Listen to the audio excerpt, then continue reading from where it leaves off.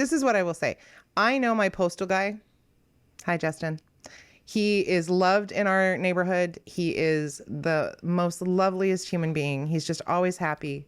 It's just a big step down from Prime Minister. I think that was the weirdest part. Different Justin. But like, he cares. Like he takes the time. Do you know what I mean? Like he will put the packages or whatever packages I have, like he will put them behind things so that people don't see them. He'll give me a little knock on the door. Like, I mean, he takes that extra effort. Lisa, that package you order all the time regularly from BC is here. Oink, oink. I had something delivered from Amazon. I know, because it was the only place that I could get it. I'm sitting here, you know, doing my stuff, and I hear a thud against my door because Amazon has thrown it from 14 feet away, right? So, like, there's the difference in customer service also that I think people need to appreciate. Sure, absolutely. Yeah. So the question still is, though, how do we convince the regular Joe who's, and when I say regular Joe on the street, there's a consumer aspect to that, but also the business owner, because I know there's a lot of business owners who are, and we're in a position where we don't have to worry about it too much with our merch stuff. It's like, if it happens, we can ride this out. It's not a big deal. Your fabulous wealth will get you through. My fabulous wealth will carry me through. As someone said, propping up my middle-class lifestyle, to which I said, you're correct.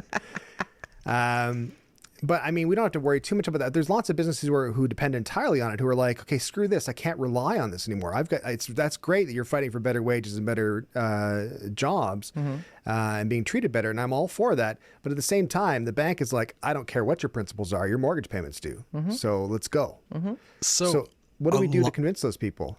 A lot of that is people have been very much trained to side with the employer.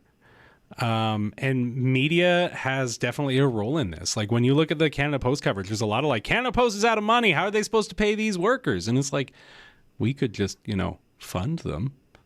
But no, that's not an option. We can't have that conversation. We could look at internal structure. Yeah. There's a lot of sort of employer side coverage, in no small part because employers tend to have big old comm teams and reach out to the media like crazy. And like, in many cases, they'll contract PR firms to help, get through these sort of, they think of them as much as PR crises as anything.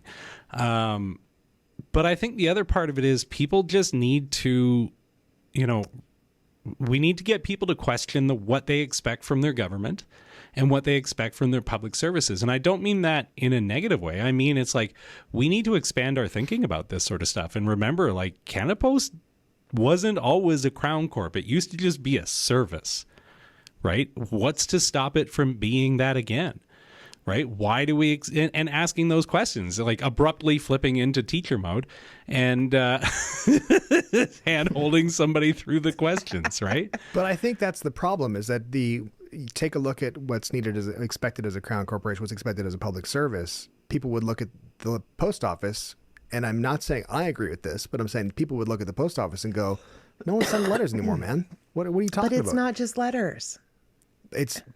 I know it's not. I understand it's not. But my problem is that, like, going back to the Saskatchewan electrical grid type thing, electric grid, most people in Saskatchewan probably wouldn't be that cool with the idea of saying, listen, we're going to need $1 billion every year to maintain this. I know half of you, or more than half of you, don't use this anymore, but there are some people who depend on it. So it's a public service, therefore we have to give $1 billion a year to it. I don't end up in surgery every week, and I am still paying for that service, right? Well, I get it. Okay. Steve's gonna burst. Okay. No, I got good stuff in my. I'm ready to go here. Gotten crazier. The Canada Post workers actually have laid out a plan for how to do this and how to keep the postal service relevant going forward, and they're really, really good ideas. I'm very interested because I'm very interested to hear it. Number one, postal banking. Yeah, I postal agree. banking is amazing. Just like Britain. 100%. They've kind of got it now, but it's through a private service called Coho, and they could just do it internally. They just need to be properly funded to do it.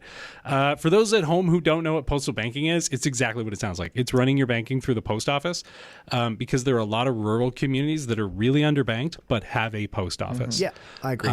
And like, we're not talking like small town Saskatchewan. We're talking like super, super rural communities where one of the only services in town is a post office.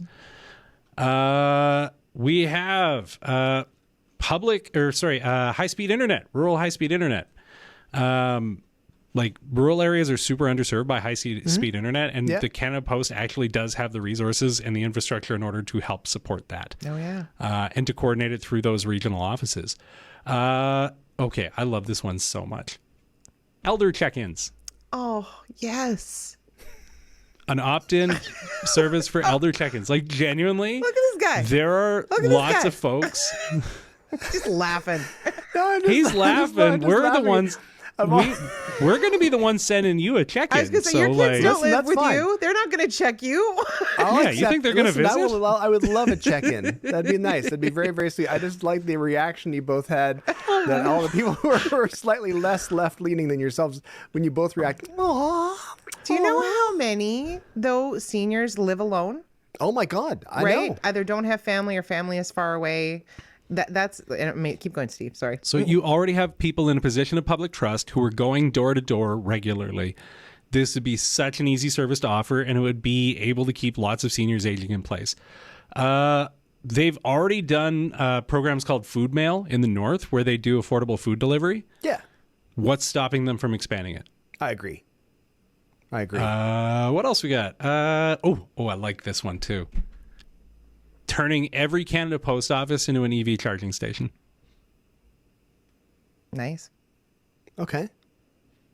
I Like, mean, this is good stuff, man. I like it. And we have turning post offices into community hubs, running community events through them, that sort of thing. Like, it just really turning post offices into like a pillar of communities and recognizing, like, it's really leaning into their space as catering to really rural needs and to the needs of anchoring the isolated community. communities. Yeah, anchoring the community. I like that idea a lot. So this is from the workers, the postal workers themselves. Yes. For the folks who want to find out more about it, it is deliveringcommunitypower.ca. That's what the plan is called.